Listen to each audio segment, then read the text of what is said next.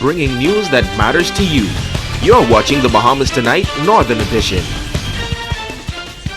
Welcome back. Hundreds of youngsters answered the Frank's Ice Cream Challenge this summer by taking part in a Bible quiz, and now it is time for the winners to receive their rewards. This Sunday, winners will attend a special event at the Grand Lucayne Resort to officially close out the summer job program. Owner of Frank's Ice Cream, Frank Alton, and coordinator of the summer job program, Jordan Curry, say they're looking forward to an exciting time. I call it the birth of the baby. After doing all this work, getting all this preparation, getting all these kids to go to church, go to school, study the Bible as much as they can, and get their prizes. And all that work pays off on Sunday when you see the joy on these kids' face as they receive their gifts. Double for their trouble. I'm honored and I'm thankful, along with my whole crew, making it happen. A bigger staff than this, but doing it all for the community of Grand Bahama. And not only Grand Bahama, because we have kids in Nassau who took the test. We have a few kids in Abaco who took the test, and all of the out islands. We'll be marching through Port Lucaya with the family and friends and loved ones who want to join us. They are at the circle. We're going to be starting promptly at 3:30. We're going to be making our way to Grand Lucaya Ballroom to launch this year's summer job program to end. And it's going to be big. It's going to be happening big. As he said, we have Dal Miller coming all the way from Nassau, Mrs. Roker from the Ministry of Youth, Sports and Culture. We'd like to thank the Minister for Grand Bahama for their support and all they're doing for us. Now, one of the many prizes is a brand new Jaguar. Organizer Bridget Farrington says Grand Bahama has embraced this program and the mission to educate the youth. I want to say a very, very special thank you to all of the parents who have put their children in this program and who have supported them throughout in all of the activities that has been afforded them. And to see who is going to be the winner is just going to be a wonderful experience. Now, once again, the event will begin at 3:30 p.m. at the Grand Lucayne Resort. And the start of a new school year usually means brand new uniforms and supplies. A group has stepped up to the plate to ensure that students who may be having a hard time are not shortchanged. It is an initiative geared towards helping parents of students who cannot afford new uniforms for the new academic year.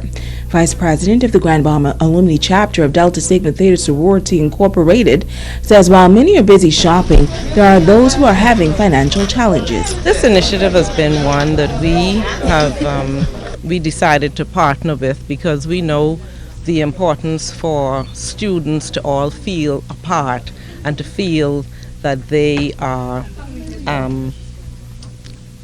next to their classmates, and everybody looks forward to going back to school in a brand new uniform. And so we wanted to be a part of leveling the playground and to make everybody comfortable as they start the new school year. And over the 4-year period, we've been able to get good feedback from the teachers, from the schools, that it has really helped students transition. Last year, the local chapter of Delta Sigma Theta Sorority donated 17 uniforms.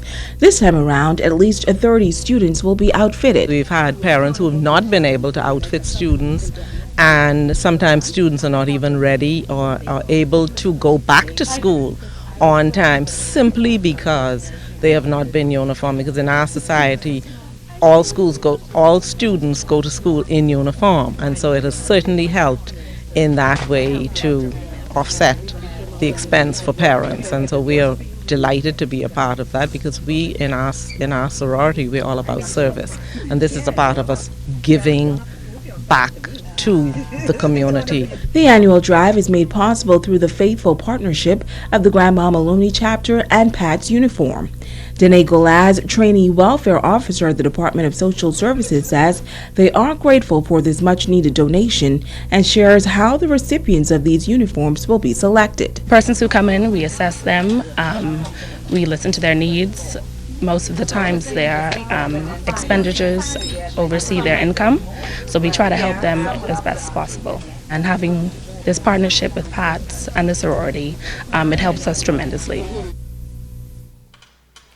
In other news, the Grand Bahama Shipyard Social Club teaming up this Saturday with the 8 Mile Rock West Grand Bahama Township for a back-to-school event that will include free health screenings and a fun-run walk. Coordinators say the public at large can take advantage of the services offered. We are walking for a worthy cause. All funds will be donating back to the school for much needed educational equipment, books, and anything that the schools say that they really need. We are helping the kids to get on their feet. We are delighted to have the nurses from Healthy Lifestyles Department, Public Hospital Authority, who will be conducting free biometric screening from 8 a.m. to 11 a.m. this Saturday. Also, because our focus is on our kids and young adults, we will be hosting health talk sessions, one of which will deal with proper hygiene practices for our kids. Now, the walk will begin at 7 a.m. from St. Stephen's Anglican Church. You can register on or before the event. Registration forms are available at the local government office. The residents of West Grand Bahama would like to thank the Social Club for their timely intervention. The help and the donations are much needed, and I believe that these residents will show how appreciative they are on Saturday. In other news, the Commonwealth Union of Hotel Services helping to lighten the load of hundreds of members ahead of the new school year. Sabrina Brown tells us more. The Commonwealth Union of Hotel Services and Allied Workers going all out for its 400 members just in time for the start of the new school year. The members receiving school supplies, backpacks, and snacks. This is the second time the Commonwealth Union has held a back-to-school giveaway, and President Michelle Dorsett says the union was compelled to assist its members once again. They are dedicated to us. They are full force in supporting this union, Commonwealth Union Hotel Service and Allied Workers at the Grand Lucayan. You know, God is so good. You know, the economics right now is so slow, but it's nothing than to give the members who are paying their $10 something back and to say, well, thank you, and we are willing to be there for their support. Chief Shop Steward Inga Dean says they are happy that the union was able to support local vendors, while General Secretary Anthony Nairn is proud of the union's efforts. We did shop locally, and we'd like to thank the vendors that we used. We need to support our community, and that's something that she's very big on. And it's a great day for Commonwealth when we are able to share in this difficult time back to school for our members that who we love dearly and appreciate. Members Edris Lightbourne and Silas Williams are grateful for the kind gesture. I think they're doing an excellent job so far because the economy is so bad. Everybody will be thankful and appreciative of what they're doing. I feel like it's very good that we have someone in position as far as the union that can give back to the employees just to show for the dedication and support of the union. Sabrina Brown, ZNS Network News. And now it is time to ask the doctor.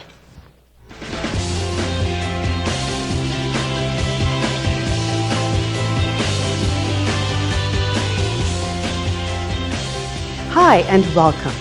An avid viewer sent this question. If someone is on dialysis, can they ever stop? This is a very common question, and thanks for asking it. Dialysis is a kidney replacement therapy, which means it replaces the failed kidneys and filters blood outside the body.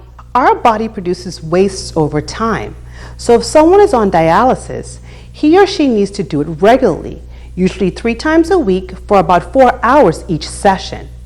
Kidney failure patients do dialysis because their kidneys fail to remove waste produced by their body.